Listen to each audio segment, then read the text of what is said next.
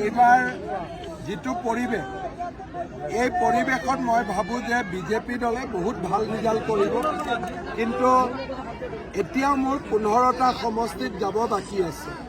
কালিৰ পৰা আৰু 3 দিন আছে, 20 তাৰিখলৈকে ডেইলি 5টা মিটিং আছে, তেতিয়া গম পাম ফাইনেল ৰিজাল্ট কি হ'ব। কিন্তু যোৱাবাৰতকৈ বহুত ভাল হ'ব। দেখা গৈছে কালি দীপন বৰা এফচিৰ সভাপতিয়ে কৈছে যে BTR ষ্টাৰিংটো আঞ্চলিক দলৰ ওপৰত থাকিব লাগে আৰু যিসকলে বড়ো চুক্তি কৰিছে চুক্তি শাখাৰ দলত থাকিব লাগে। চাওক, দীপেন বড়ো বা আপচুৱে UPPLক ছাপোৰ্ট কৰিছে। বড়ো চুক্তি UPPLেও কৰিছে, বিজেপিয়েও কৰিছে।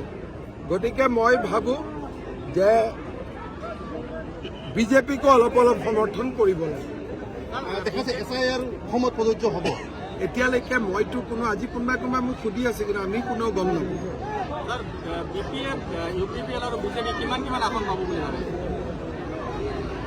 মই ভাবোঁ যে মোটামুটি চবেই একেটা ৰেঞ্জতে পাই যাব। যোন 2টা পাৰ্টি লগ লাগে সিয়ে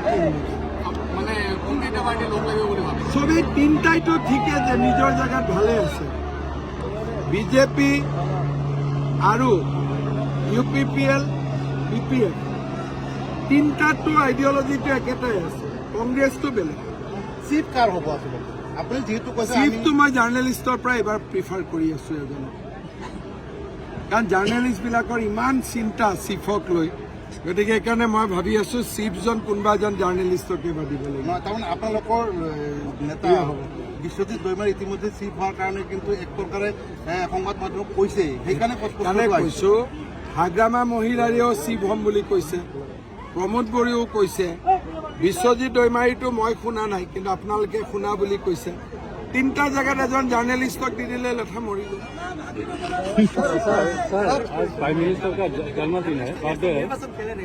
বিশ্বজিৎ দৈমাৰীয়েওতো খেলা নাই, নমিনেটেড হ'ব। গতিকে জাৰ্নেলিষ্টটো নমিনেটেড দি দিলে ভাল চলিব।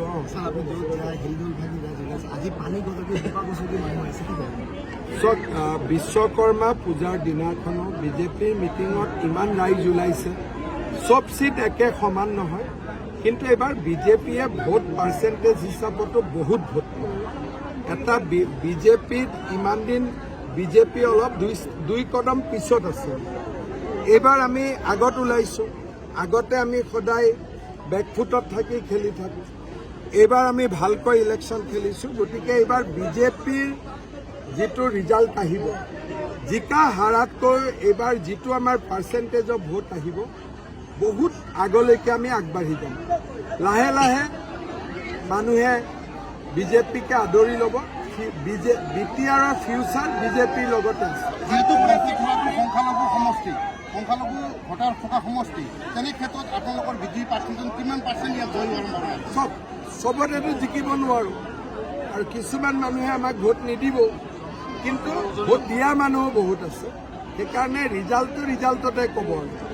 উদ্ধাৰ হ'ব, মই তেনেকুৱা মোৰ কোনো চিন লৈ কথা নাই।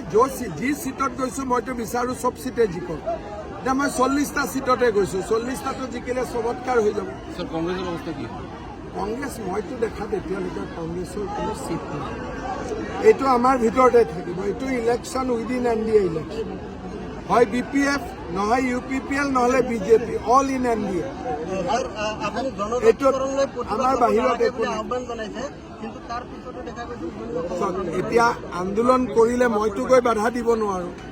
এইটো গণতান্ত্ৰিক দেশ হয়, আন্দোলন চবেই কৰিব পাৰে। কিন্তু মই অসমত সৰুৰ পৰা ডাঙৰলৈকে যিমান দেখিলোঁ, আন্দোলন হয় যিমান ৰিজাল্ট হৈছে চব নিগেটিভ হৈছে। অসম চুক্তিৰ পৰা যিমান হয় আন্দোলনৰ ৰিজাল্টটো আজিলৈকে মই পজিটিভ দেখাই নাই। আজি ৰিপৰ্ট দিছে, কালি আমি একশ্যন ল'ম। দি দিলোঁ মই, ভাল কৰিব, দীঘলীয়াকৈ দি আহিছোঁ।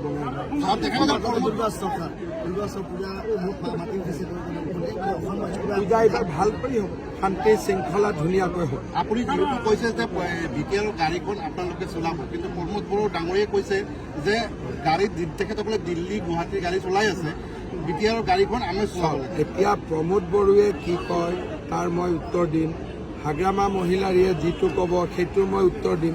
তেতিয়াহ'লে গোটেই ৰাতিটো এনেকৈয়ে চলি থাকিব, মই কিবা ক'ম, তেওঁ কিবা ক'ব, তেওঁ কিবা ক'ব, এইটোৰ পৰা ৰিলহে বনিব, কামটো নহয়। স্যাৰ ভোটাৰ ৰাইজক কি জনাব স্যাৰ ভোটাৰ ৰাইজক ভোট দিব লাগে বিজেপি।